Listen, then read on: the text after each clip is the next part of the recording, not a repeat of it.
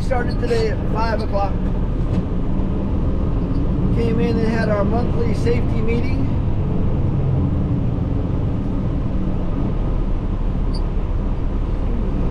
Same old stuff. It's just there's a little more tension in the air right now with things being as busy as they are, and then having 4 drivers just all quit at the same time. That almost always happens this time of year, but it usually happens right around the holidays as opposed to the beginning of the season. So same old. There's always going to be some stress involved in any kind of work you do. But yeah, we had a quick weekend. We did some work on Saturday, and then we tried to relax yesterday. Worked on the cat tree and cleaned the dishwasher out. Did some laundry, and that was about it. Tried to relax. But now we're back at it. We came in at 5. We did our meeting. We ran out to the Barber's Point Deep Draft Harbor. We picked up this empty 40-foot container from the tug and barge company there, and this is work that was supposed to be done on Friday, but you know, can. But yeah, we're stuck in rush hour traffic. We're right by the Honolulu International Airport, so we're about 3 miles from where we're going, and it's going to be like this the rest of the way.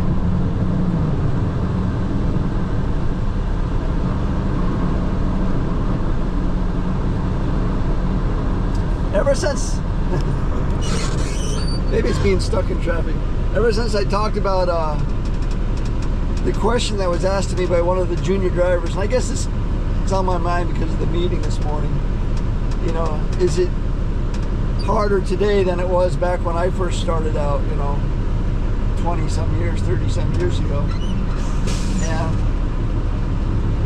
I can't see how it would be. I mean, to me, it should be easier. And I can only go on what happened to me. When I came to Hawaii, I didn't have any I didn't grow up here. I had one friend. You know, I came in 83 and then back in 85 and finally moved here in 87. At that time, the first 2 times I came, I was just doing, you know, side hustle jobs.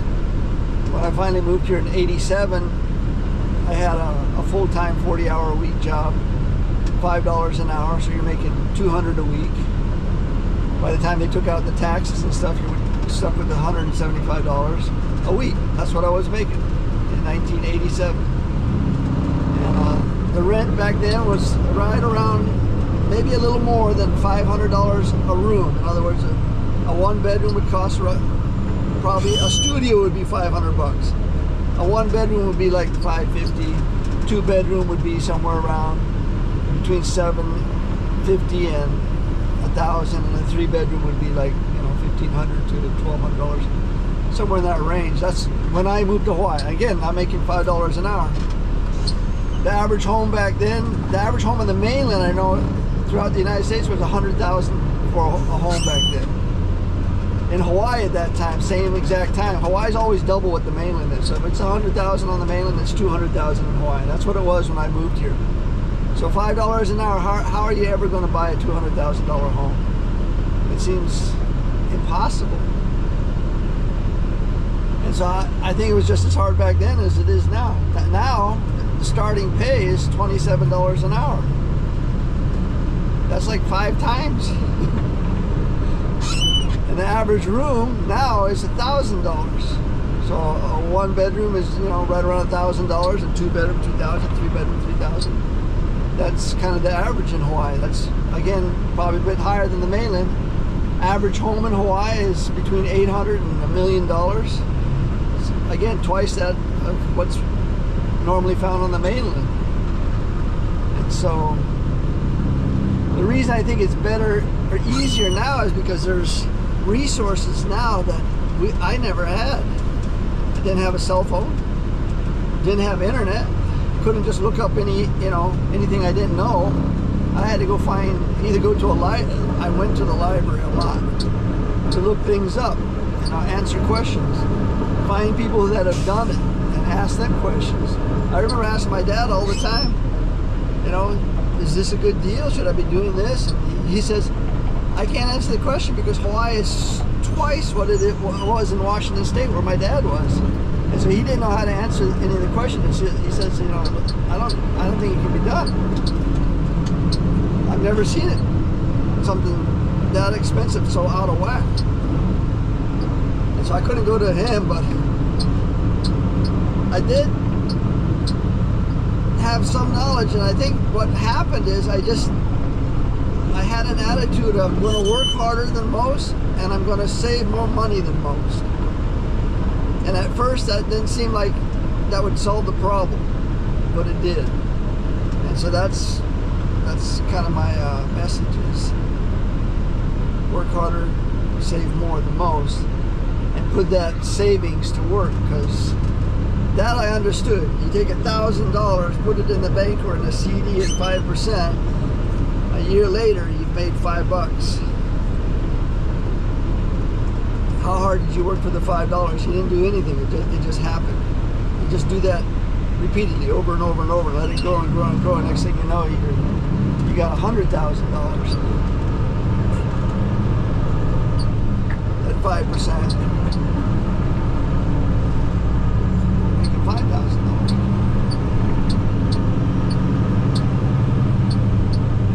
So yeah, stuck in traffic. This is what drivers think about when they're stuck in traffic, I guess. How am I ever going to make it?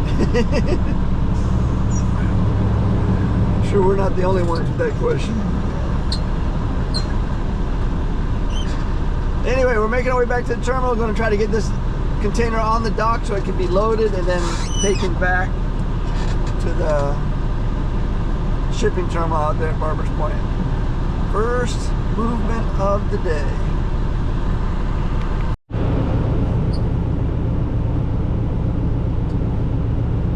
So we're having one of those days.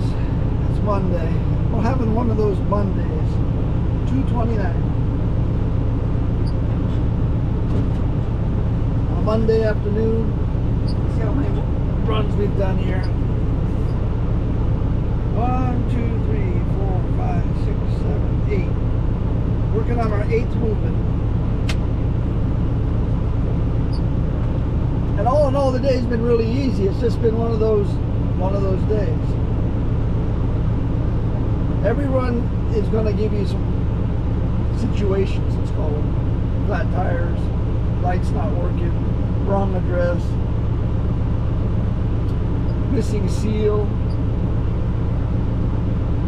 big smash in the side of the container, It seems like there's always something. Well, I usually don't dwell on it because it's just part of the job. I mean, some drivers do, I don't. To me, that's what makes the day interesting. So let's just go over today's debacles, let's call them. First run, we ran out to the Campbell Industrial area, to the Deep Draft Harbor, to pick up an empty container. So that's kind of an interesting run. First thing in the morning, 6 o'clock, to turn around and then put yourself in the 7 o'clock traffic coming back into town. That's not really something you want to do. But we get out there, we hook up to our 40-foot trailer, we run down to the 40-foot container. I'm noticing the brakes on the trailer aren't real good. Finally, when I get down there and tell them what I want, I notice there's a little placard on the side of the trailer that says the trailer's out of service because there's no brakes. So I get a hold of the operator and I said, I'm going to go get another trailer. So I go and get another trailer, put the empty on it. We fight the rush hour traffic. We bring the container back to our terminal. Now they want me to hook up to our Landau 45-foot tilt deck trailer. But I don't have a wet line, a PTO pump to run the tilt deck. But you don't need it if you just use it as a, call it what would you call that, a drop deck, so that you can take taller.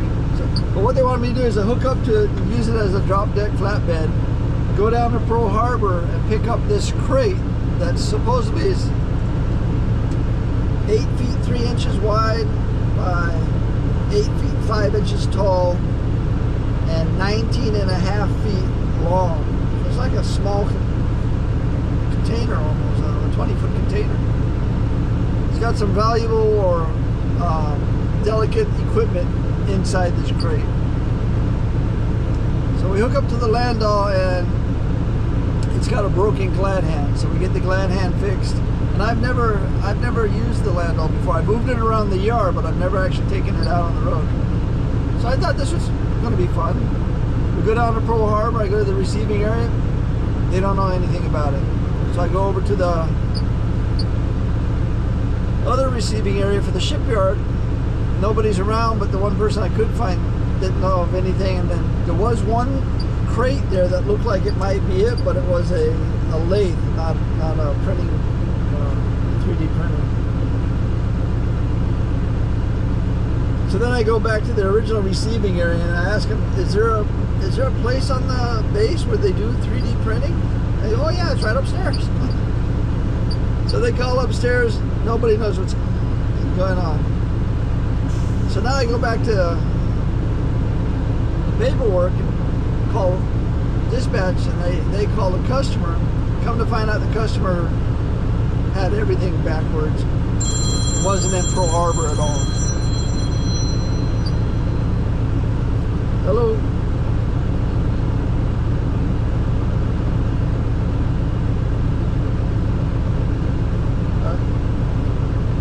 Okay.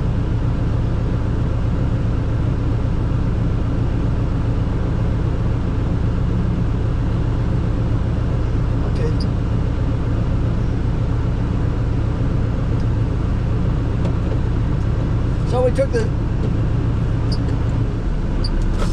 drop deck back to our terminal, hooked up to a full 45-foot container full of electrical equipment, took that down to the warehouse, and when they opened it up, they said, wait, we can't offload this. It's got a 20-foot long crate inside. We're afraid if we offload it, it'll break.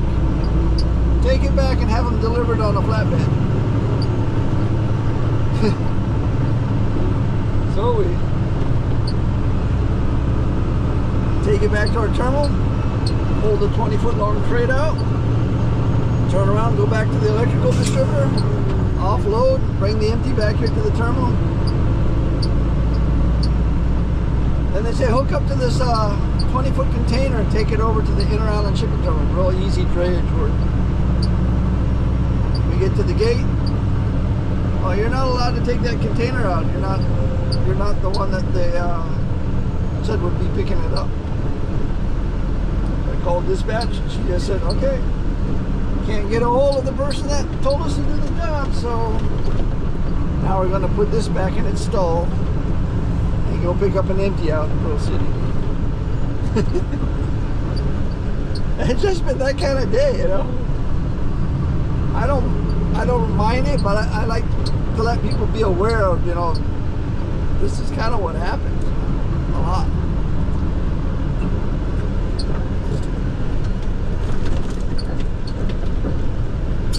Logistics, it's a little bit of a pain sometimes. So I'll put this 20 back in the stall, and then they'll probably have me try to take care of it later on, or somebody else will. It's turning way too fast. 20s are really hard to control in a hard turn. A gradual turn like this right now, it's really easy, but the hard turns, they get away from you really easy.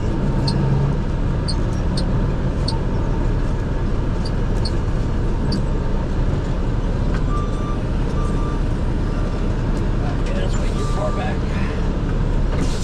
Take it forward a little bit.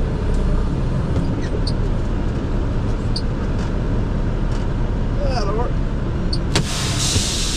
So we'll get rid of this and head out to Pro City to pick up an empty. Yeah, it's definitely one of those days.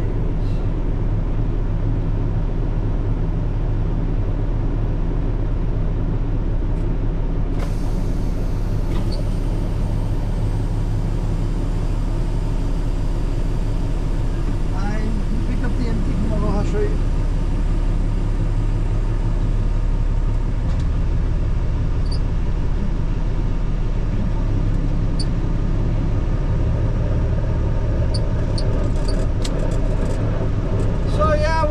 On the 20-footer that was going to the neighbor islands because they couldn't figure out what company was supposed to haul it. The dispatch sent us out to the appliance warehouse in Pro City, and by the time we got there at 3 o'clock they had closed their gates. I asked, what time you closed your gate? Oh, 2 o'clock. So we kept coming. We came all the way out here to the Campbell Industrial area to a soy sauce distribution warehouse. Picked up a empty container that was dropped off here back on Friday, I think. But it's 3:45 and the shipping terminal closes at 3:45, so we'll just take this back to our terminal and get somebody to dump it tomorrow. I guess this would be the official 8th movement of the day, seeing how everything else got canceled out. Sometimes you just can't win. Just keep trying. Gotta be in it to win it.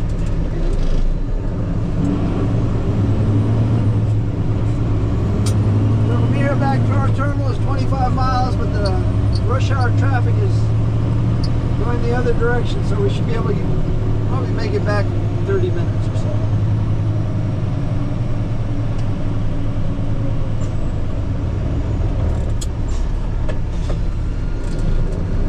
Okay, get away back to town.